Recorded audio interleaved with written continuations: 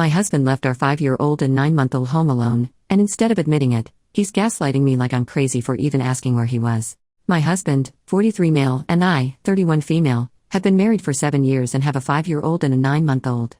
My husband left our children alone and he refuses to admit to it or tell me where he was. I'm pissed, and my husband just keeps telling me I'm making a big deal about nothing.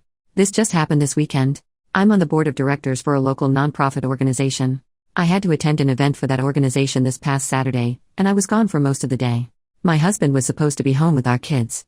I texted him a few times and he responded. When I called around midday he didn't respond, but that's not very unusual so I didn't think much of it.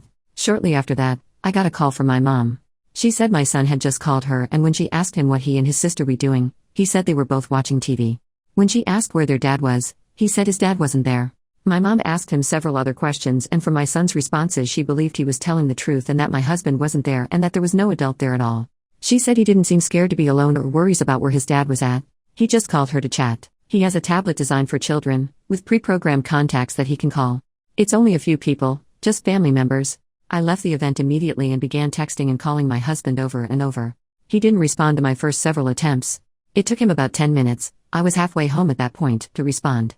I was so confused, so worried, really mad, and I asked him where he was. He said he was at home. I told him our son had just told his grandmother that he was home alone with his baby sister watching TV about 15 minutes ago. My husband denied it and I told him I was too upset to talk and drive. When I got home, I checked on the kids right away and they were both fine. I asked my husband again, where was he? He said he was home the entire time. He doesn't know what our son was talking about but he must have just been confused since he had gone to the basement to do some laundry. I ran down to the basement. It was the same load of laundry I'd thrown in the dryer the night before. He didn't do any laundry when I was gone. I asked my husband why my son would be confused about whether his dad was home or not. Where in our home would he have gone and for how long for our son to think his dad wasn't home? That doesn't make sense with a 5-year-old and a 9-month-old. You wouldn't leave them unattended that long. Why was he nowhere to be found when my mom asked my son to go check certain areas of the house? I begged my husband to just admit it, to stop treating me like an idiot and to stop accusing our son of lying. Just tell me the truth, because being lied to right to my face is so incredibly maddening. He insists he was home, but he can't come up with any believable story of where he was at or what he was doing during that time. The way he answers me when I ask him about this and demand truthful answers is so dismissive. When I tell him you left our children alone, he quickly says no, I didn't, so anyway. He says I'm overreacting and letting our son's imagination drive me crazy. I am convinced he was gone. We don't have a Ring camera, but at least one of our neighbors does. I'm so upset about this that I'm tempted to ask our neighbor for the Ring footage. I had to go out to my car and scream and cry because I got so upset. Of course, I didn't want my kids to see my reaction. I can't put into words how upset I am about the fact that I know he must have really left them alone but have no proof and am being treated like I'm just a paranoid nutcase of a mother and woman by him. Update, 4 days later. Last weekend my husband left our 5-year-old and 9-month-old home alone while I was gone and then refused to admit it or provide a plausible explanation. Since then, we had many arguments about it. I've been living in a constant state of anger and frustration. I didn't want to fight about it anymore, but I couldn't help it and I kept bringing it up again and again. I couldn't lay low and pretend to get over it while I waited for him to do it again and catch him in whatever was going on. I also knew that demanding he tell me the truth wasn't going to get me anywhere. Since he'd been refusing to talk and deflecting for days, all it was doing was making me mad and feel like I was about to have a brain aneurysm. I told him to hand me his phone so I could check his location at the time. He refused. He said he wouldn't do it and that it was a violation of his privacy, he won't be treated that way and refuses to give in to my delusions. You think I enjoy being in a situation where I have to beg my husband to show me his phone so I can see where he was at? I hate it. I don't want to live that way. I told him it's simple, if he was really at home the entire time, just prove it. Why wouldn't he want to clear this whole thing up?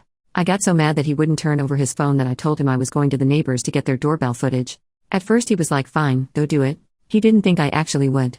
He knows I don't like to air drama to others so he probably figured I'd just swallow all of this crap he's been giving me. Luckily, I was totally being driven by anger at this point, so nothing was going to stop me from going to the neighbors.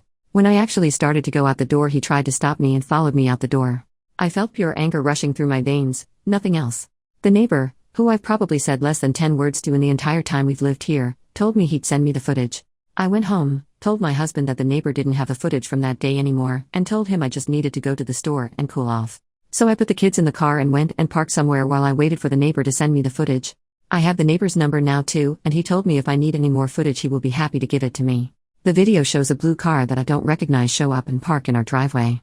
A blonde woman gets out of the car and goes towards my house. She walks on the outside of our garage toward the gate leading to our backyard. The gate is too far back and out of the way to be seen on the doorbell footage. She and her car was there for 23 minutes. Imagine that. The car leaves right around the time that my husband called me to say he was home and had been home the entire time, as I was rushing home in a panic and calling him over and over. One of two possibilities as to where they went. She either came in through the side door of the house, which does provide direct access to the basement, or, and what I think is more likely, is that they were in the backmost area of our yard, which is a gated pool area. Immediately behind our house is a grass lawn, then you step down a few steps and we have a patio, and then there is a fully gated area where the pool is. It's not like you think of when you picture a gated pool. It's a full, 6 feet wood fence all the way around, plus even taller landscaping for added privacy. You can't see into the area at all unless you're inside. I think it's more likely that they were back there because my son said his dad's keys were gone and we keep that gate locked with a key. The pool is closed for winter, but there is one small building back there, sort of like a shed we converted into a changing area, and there is a covered patio with furniture. I'm convinced that's where they were. So technically he was home, but in an area totally removed from the house and where he couldn't see or hear the kids if something happened. I asked him how he could explain this. What were they doing? I obviously don't need him to tell me what they were doing, but for some reason I still had hope that he'd finally be honest. He wasn't. He showed no remorse. He was just like, yeah, she was here, but I obviously never left. Who is she? How long has this been going on? And if he's going to be such a disgusting, despicable excuse of a man, then why couldn't he at least have found any other time and any other lie or excuse other than when he was home alone with our kids? I told him I know this has happened before and I demanded to know how many times he's done this when he's been home alone with the kids. He swears this is the only time, but he still doesn't have the balls to confess to what they were doing. I don't believe him that this was the only time, FYI. I still have so many questions and I still feel like my heart is beating 200 times a minute. My blood pressure is through the roof. I've cried a lot, sobbed, begged for somebody to help me, yelled, screamed, ordered a bunch of books about divorce and custody. And you know what? The next day after our multiple explosive fights, him putting his hands on me, and me seeing the evidence, he acted like everything was totally normal and like none of that stuff ever happened. I woke up still seething, exhausted, broken, and he's acting like everything is totally back to normal. He said he was ordering breakfast to be delivered from our favorite breakfast place. He asked if I wanted to go to the store together later and try this new recipe for chili tonight. What? Why would I want to do any of these things with you now?